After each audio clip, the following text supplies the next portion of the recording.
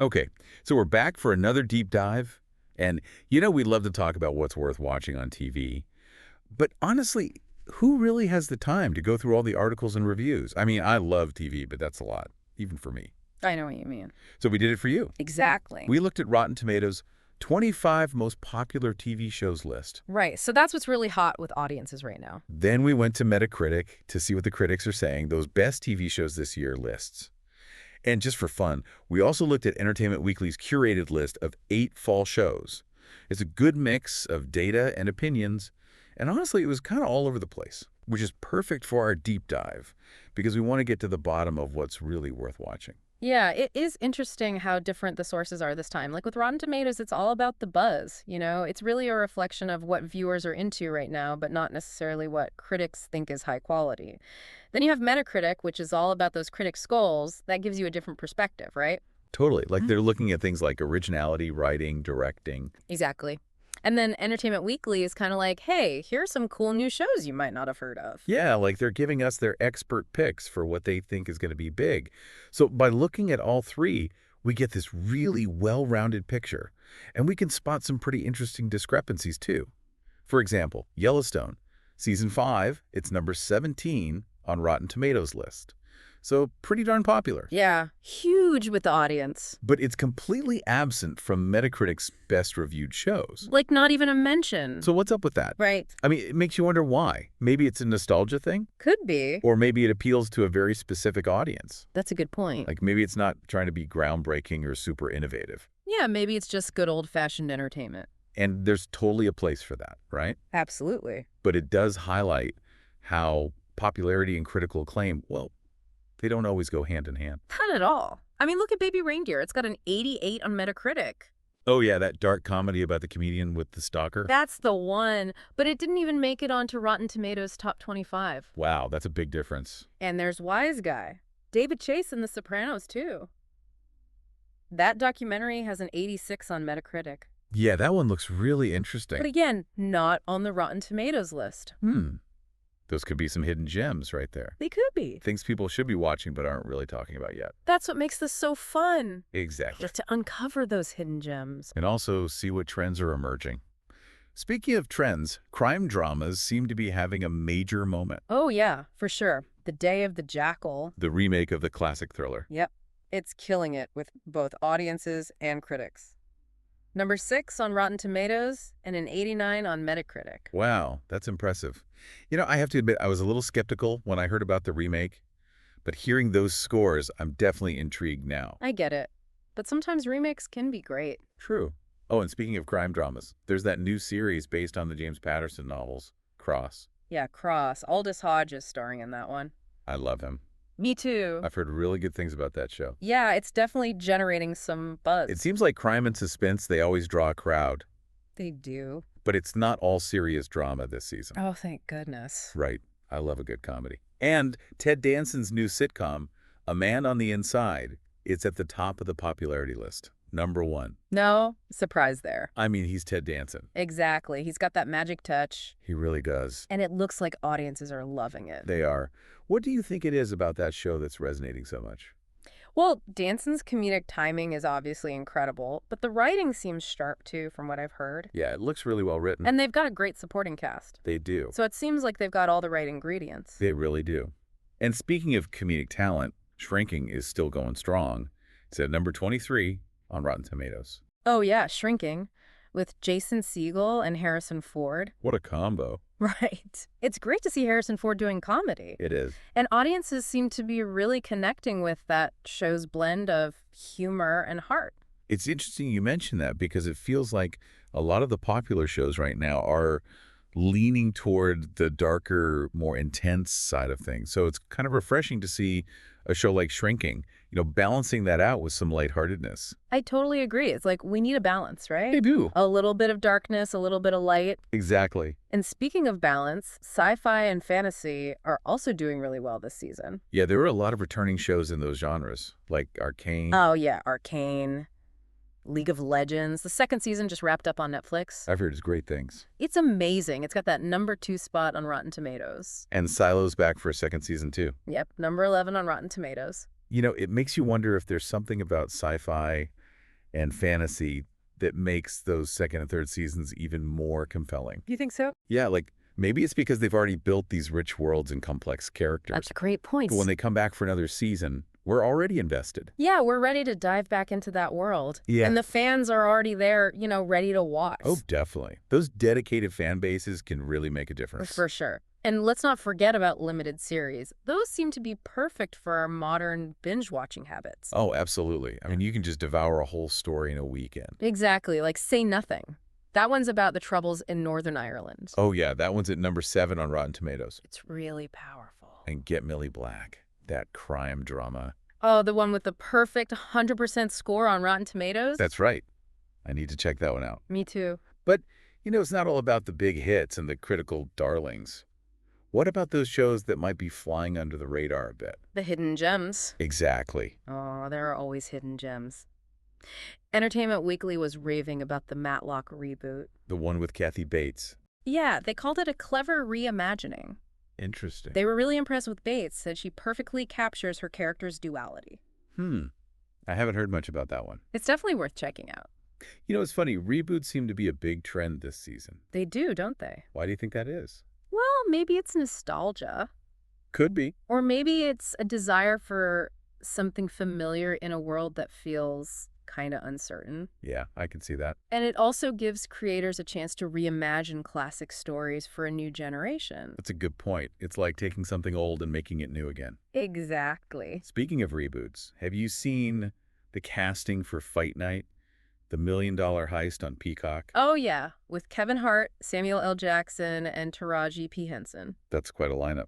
Isn't it? And it's a true crime drama set against the backdrop of Muhammad Ali's comeback fight in 1970. I love when they blend historical events with fictional stories. Me too. It adds a whole other layer of intrigue. It does. And then there's Nobody Wants This on Netflix. Oh, yeah, that one caught my eye, too. It's billed as an actual rom-com. I know, in this day and age, Yeah. it's almost revolutionary. It is. I mean, with all the dark dramas and cynical dating shows out there, it's kind of refreshing to see a show just embrace heartfelt romance. It is. Maybe it's a sign that audiences are craving a bit of sweetness and lightheartedness. I think you might be right. We all need a little bit of hope and happiness, right? We do. But, we've talked about a lot of popular shows, but I'm also really curious about those hidden gems we mentioned earlier. The ones from Metacritic that didn't quite make it onto the Rotten Tomatoes list. Oh, tell me more. Well, we already talked about Baby Reindeer, that dark comedy about stalking. Yeah, that one sounds pretty intense. It does. But it also sounds really funny in a dark kind of way. I'm always up for a good dark comedy. Me too. And then there's Phantasmas. It's set in this alternate New York City, and it's supposed to be really surreal and funny. Oh, I love shows that are a little bit out there. Me too. It sounds visually stunning. And then there's English Teacher. That one sounds a little more grounded, right? Yeah, it's a comedy about the personal and professional life of a high school English teacher. It's interesting how shows like that, set in these seemingly ordinary environments, can still be so relatable. They can. Because at the end of the day, we're all just human trying to figure things out. That's so true. It's amazing how much variety there is on TV these days. It really is a golden age of content. It is. But with so many options, it can be tough to know where to start. What are your go-to criteria for deciding what to watch? That's a good question. I think for me, it's a mix of things. Genre definitely plays a role, but I'm also drawn to strong casts, intriguing premises, and good word of mouth. Yeah, same here. But I'm curious, what about you? What are your must-haves for a show to make it onto your watch list? Well, this whole conversation has really got me thinking about that. I guess for me, I'm looking for something that's going to stay with me, something that will make me think or feel something or see the world in a new way. I love that. Shows that make you feel something, those are the best. They are. And I think that's where those curators and recommenders we talked about earlier can be so helpful. Oh, yeah, those different sources we looked at. Exactly. Whether it's a critic, a friend, or even a podcast like this one, having those voices can help us navigate this overwhelming world of TV. It's like we're all on this journey of discovery together, trying to find those shows that really resonate with us. I like that. A journey of discovery. And sometimes the most unexpected discoveries are the most rewarding. Absolutely. Thinking back to all the shows we've talked about today, it just reinforces that there's no one-size-fits-all answer to the question of what's worth watching. It's all about finding what speaks to you individually. So true. And that's the beauty of it all, right? It is. There's something out there for everyone, whether you're looking for a drama, a comedy, a thriller, a romance, whatever. Exactly. The possibilities are endless. They really are. And that's what makes this such an exciting time to be a TV fan. So much to watch, so much to discover. That's for sure. All right, well, we've covered a lot of ground today. We have. But before we wrap up, we want to hear from you. What are you watching these days? What shows have captured your attention? And what criteria do you use to make those viewing choices? We'd love to hear your thoughts. Yeah, let us know. We'll be back next week for another deep dive. Until then, happy watching. Happy watching. Yeah, and it makes you think about how, like, what even is a good story these days, right? Oh, totally. Like, it's not just what we're watching, but how we're watching, too. Exactly. Like binge watching versus waiting week to week. Right. Streaming versus cable, all that. It changes the whole experience. It really does. Think about those limited series we mentioned. Yeah. Say Nothing, Get Millie Black. They're basically made for binging. Just to devour a whole story in like 2 days. Exactly. But then you have a show like Yellowstone with its super long seasons. You kind of have to watch that one week to week. Right, it's a different pace. It gives you time to think about what happened, talk about it with your friends, you know? It's like savoring it. Totally. Like reading a chapter a night instead of just blowing through the whole book. That's a great analogy. So do you have a preference? Binging or taking it slow? Tough question. It really depends on the show and how I'm feeling, I guess. Sometimes I just need that instant gratification of a binge, you know? But other times, I like the anticipation of waiting for a new episode. Yeah. And it's fun to discuss with other people who are watching. I get that. It's like being part of a community. Exactly. But, it's interesting to think about how those different viewing patterns, like how they might actually affect the way we engage with the story. That's a good point. Like, do we get more invested in characters if we're watching week to week? Or do we notice more details if we're binging? I don't know. That's a good question for some research study. Right. It all ties back into those discrepancies we were talking about earlier, too. Oh, yeah, the whole popularity versus critical acclaim thing. Exactly. Like, why are some shows so popular with viewers, even if critics aren't impressed? It's a mystery. Is it just a matter of taste? Or is there something deeper going on? I think it's a bit of both, probably. Probably. I mean, professional critics, they're coming at it from a different angle, right? They are? They're looking at things like originality, writing, directing. They're looking for something that pushes boundaries, something innovative. Which is important. It is. But like you said, audiences might have different priorities. Totally. We just want to be entertained. Exactly. Want to connect with the characters, feel something. And sometimes a show can do that, even if it's not super groundbreaking or whatever. Right. It's not always about being objectively good. It's about connecting with the audience on an emotional level. Exactly. You know what show I was thinking about? Beacon 23 from last year. Oh, yeah, I remember that one. It was so visually stunning, but the plot was like really confusing. It was. I loved it, but I could see why some people hated it. I get it. It was definitely polarizing. It was. But that's a great example of how those different perspectives can actually complement each other. How so? Like sometimes you need both the audience and the critics to really get a full picture of a show. It's true. And then sometimes you get a show that's both wildly popular and critically acclaimed, like Interior Chinatown. Oh, that one's at number 14 on Rotten Tomatoes with a 90 on Metacritic. Exactly. I haven't seen that one. What's it about? It's a satire about Asian American stereotypes in media. Really clever, funny, and thought-provoking. Oh, wow. That sounds right up my alley. You should definitely check it out. I will. It's funny how we can talk about these shows in general terms, but sometimes it's those little details that really stick with you. Oh, absolutely. Like, I loved Entertainment Weekly's description of Kathy Bates in the Matlock reboot. Yeah, what do they say? They said she masterfully balances her character's duality. Ooh. I'm just assuming old lady and flinty, formidable adversary. That's perfect. It's like playing with our expectations, right? Totally. You think you're getting this cozy legal drama, but there's this whole other layer of complexity. And it's Kathy Bates, so you know she's going to nail it. Exactly. Speaking of strong female characters, Taraji P. Henson in Fight Night sounds amazing. Oh, she's going to be fantastic in that. And the setting, Muhammad Ali's comeback fight in 1970. So cool. It's like true crime meets sports history meets Hollywood glamour. I'm sold. And we have to talk about nobody wants this again. The rom-com.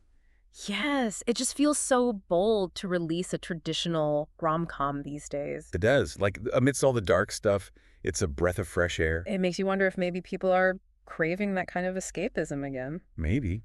We all need a little bit of hope and happiness, right? We do. And you know those hidden gems we were talking about? The ones from Metacritic? Yeah, Baby Reindeer with its dark humor and exploration of stalking. That one sounds both unsettling and captivating. It does, doesn't it? And Phantasmus, set in that alternate New York City. That one's going to be full of quirky characters and surreal humor, I can tell. I love shows that are a little bit out there. Me too. And then there's English Teacher, that more grounded character-driven comedy. It's amazing how these hidden gems offer such different perspectives on the human experience. It is. And they remind us that great storytelling can come from anywhere. Big budget productions, small indie films, it doesn't matter. As long as there's a good story. Exactly. It's incredible how much variety there is on TV these days. It truly is a golden age of content. It is. But with so many options, it can be tough to choose. What are your go-to criteria for deciding what to watch? I mean, for me, it's kind of like a mix of everything. Genre is definitely important, but I'm also a sucker for a good cast and a really intriguing premise. Oh, and good word of mouth, too. Like, if everyone's talking about a show, I'm more likely to check it out. Yeah, that makes sense. It's like social proof, right? Exactly. But I'm curious, for you, what really makes you decide to watch something? You know, it's funny because this whole conversation has really made me think about my own viewing habits. And I think, like you said, it's a mix of things. Of course, the story needs to be compelling, but I also really like shows that offer something different, you know? Something that challenges me or introduces me to new ideas. I love that. Shows that make you think, that stay with you even after they're over. Exactly. Those are the best kind of shows. They really are. And I think that's where those curators and recommenders we talked about earlier, they really come in handy. Oh yeah, having those different perspectives can be so helpful. It's like they're helping us navigate this huge world of television, you know, because it can be overwhelming sometimes. Totally. There's just so much out there. And it's only getting bigger. It is. Yeah. But it's also really exciting, right? Oh, absolutely. It's like we're all on this journey of discovery together, trying to find those shows that really connect with us. That's a great way to put it. A journey of discovery. And you know what? Sometimes those unexpected discoveries are the best ones. They really are. Like you stumble upon a show you've never even heard of, and it just blows you away. The best feeling. I know. And you know, thinking back on all the shows we talked about today, the popular ones, the critical darlings, the hidden gems, it just proves that there's no one-size-fits-all answer to the question of what's worth watching. It's really about finding what speaks to you, you know? That's so true. And that's what makes it so great. It is. There's literally something out there for everyone. Exactly. Whether you're into dramas, comedies, thrillers, romances, whatever. You name it, it's out there. So, yeah, the possibilities are pretty much endless. They really are. I think that's a good place to wrap things up for today. Sounds good. But before we go, we want to hear from you. What are you watching these days? What shows have you discovered that you just can't stop talking about? Yeah, tell us what's on your watch list. And what do you look for in a show? What makes you press play? Let us know. We'll be back next week with another deep dive. Until then, happy watching, everyone. Happy watching, everyone.